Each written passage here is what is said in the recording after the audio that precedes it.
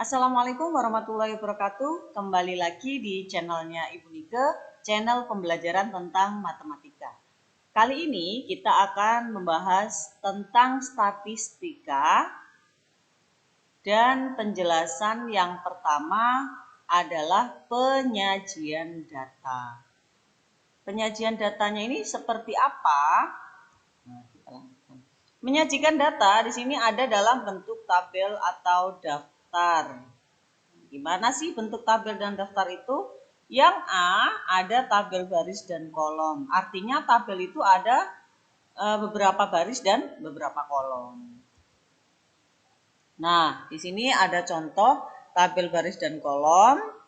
Nah, ada tahun, jenis kelamin, perempuan, laki-laki. Nah, itu jumlah dari jenis kelamin perempuan itu tahun 2005 50, laki-lakinya 70. Nah, bisa kita sebut dengan misalkan data penduduk 5 tahun terakhir. Nah, itu judulnya bisa juga. Tuh, jadi dalam bentuk daftar, tabel itu baris dan kolom. Kemudian yang B, tabel distribusi frekuensi.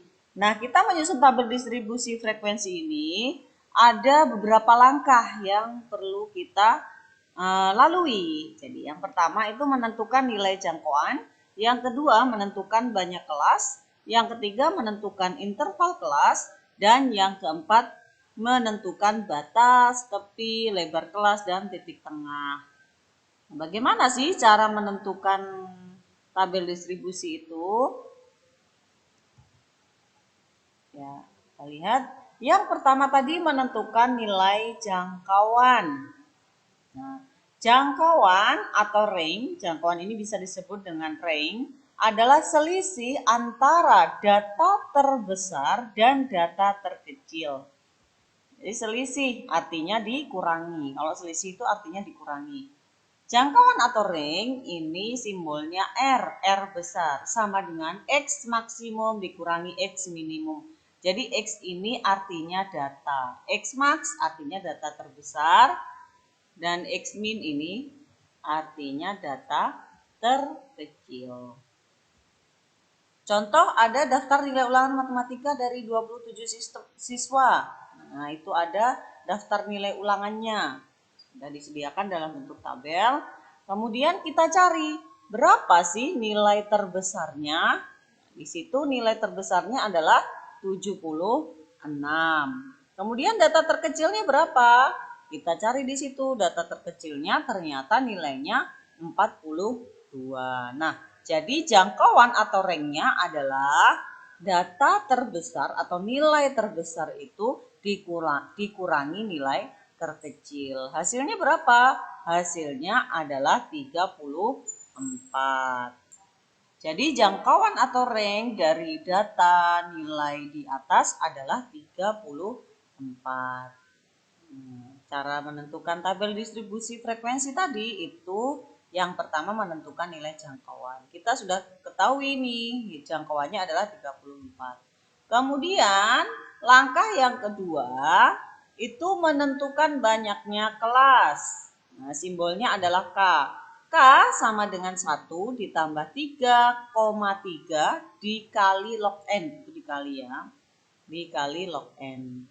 Di situ K adalah banyaknya kelas dan N adalah jumlah data. Banyaknya data, bukan jumlahnya ya, banyaknya data. Datanya itu ada berapa sih? Nah, contoh itu nilai ulangan matematika yang tadi ya. Contohnya itu ada nilai matematika 27 siswa. Jadi, banyaknya kelas sama dengan 1 ditambah 3,3 dikali log N. Logaritma dari banyaknya data. Banyaknya data tadi ada 27. Jadi 1 ditambah 3,3 dikali log 27. Berapa sih log 27? Itu ada caranya kalau kita tidak menggunakan kalkulator. Karena ini ada kalkulator, kita pakai kalkulator boleh. 1 ditambah 3,3 dikali 1,43. Jadi 1 ditambah 3,3 dikali 1,43. Kita hitungnya dikalikan dulu ya. 3,3 dikali 1,43 kemudian baru dijumlahkan 1. Tidak boleh kalau dijumlahkan dulu baru dikali, nggak boleh. Jadi harus perkaliannya dulu baru dijumlahkan. Nah, 5,72 ini kita bulatkan ke atas menjadi 6. Nah, jadi banyaknya kelas tadi adalah 6. Kemudian yang ketiga, menentukan interval kelas. Nah, kenapa sih kita harus menentukan interval kelas? Iya, kita supaya tahu panjang kelasnya itu berapa. Intervalnya berapa. P sama dengan R dibagi K. Karena kita yang pertama tadi sudah mencari nilai rank-nya atau R-nya. Dan yang kedua itu mencari banyaknya kelas. Nah, tadi ada 6, banyaknya kelas 6. Kemudian yang ketiga adalah P, interval kelasnya. Itu caranya ya. Jadi tadi sudah diketahui R-nya, sudah diketahui K-nya, kita mencari P-nya atau intervalnya. Nah, kita hitung. Nah, kenapa tadi kok dibulatkan? Supaya hitungan untuk interval kelas ini pas gitu. Nah, ini dihitung, hasilnya 5,67. Ini masih desimal lagi. Di sini harus bulat ya, nilainya harus bulat. 5,67. 5,67 ini juga perlu kita bulatkan. Kita bulatkan ke atas menjadi 6. Jadi intervalnya nanti harus 6. Nah, kemudian kita bisa menyusun tabel distribusi frekuensinya. Dari penyajian daftar nilai yang sebelumnya, kita peroleh data terkecilnya adalah 42 dan data terbesarnya adalah 76. Kemudian panjang intervalnya di sini, panjang interval kelas adalah 6. Nah, datanya kita ambil kembali data yang tadi. Nah, kita ambil kembali ya datanya. Tadi sudah diketahui data terkecilnya 42, terbesarnya 76, panjang intervalnya adalah 6. Nah, kita peroleh tabel seperti berikut. Di sini ada interval nilai siswa. Nah, intervalnya tadi 6. Dari yang terkecil dulu kita tulis tabelnya, dari yang terkecil dulu. Data yang terkecil di sini 42, jadi dimulai dari angka 42. Kemudian panjang interval kelasnya adalah 6. Kita hitung dari 42. Nah, 42, kemudian panjangnya 6. Kita hitung 42, 43, 44, 45, 46, 47. Jadi di sini kelasnya itu intervalnya di situ 6. Jadi mulai 42, 6 lagi ke depan itu menjadi 47. Jadi kita hitung dari 42 ke 47, ini panjang intervalnya 6. Nah, ini kok ada berapa ini? Ada berapa baris? 1, 2, 3, 4, 5, 6. Loh, ini ada 6 baris. Karena apa? Dari 6 baris itu kita peroleh dari yang banyaknya kelas tadi, yang kedua. Jadi banyak kelasnya itu 6. Jadi di sini harus juga ada 6 kelas. Ini kelas pertama, kelas kedua, kelas ketiga, kelas keempat, kelas kelima, dan kelas ke-6. Nah, 42 ke 47 ini panjang intervalnya 6. Kemudian lanjut dari 47, kemudian 48. 48, 6 lagi ke depan, dimulai dari angka 48 hitungnya. 48, 49, 50, 51, 52, 53. Begitu seterusnya. Nah, sekarang 42 sampai 47.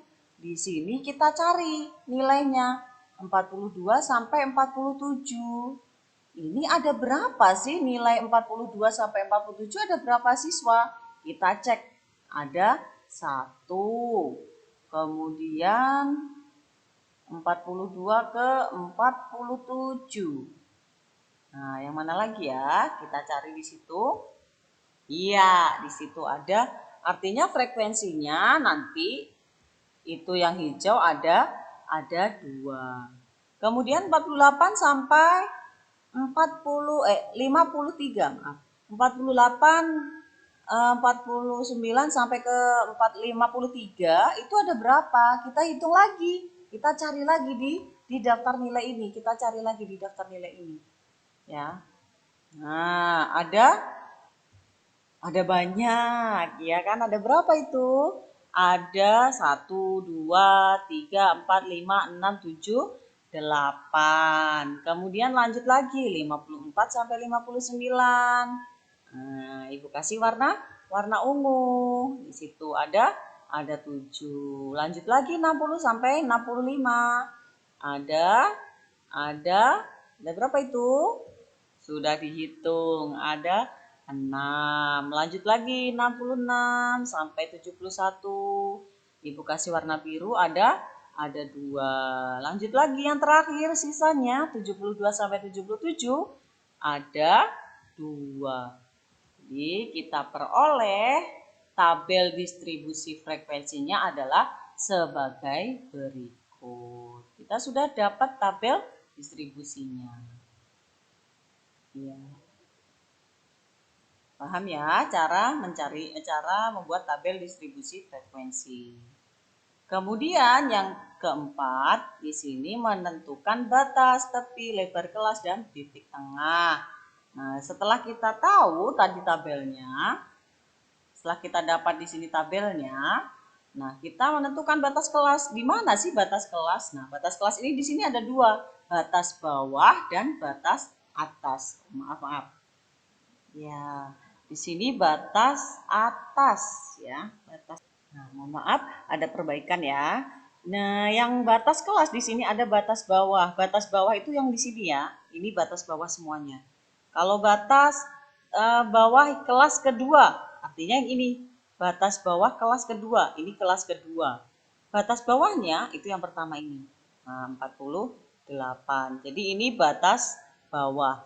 Kalau batas atas ini yang di sini ini. Ini ada 47, 53, 59. Ini adalah batas atas. Kemudian ada tepi kelas.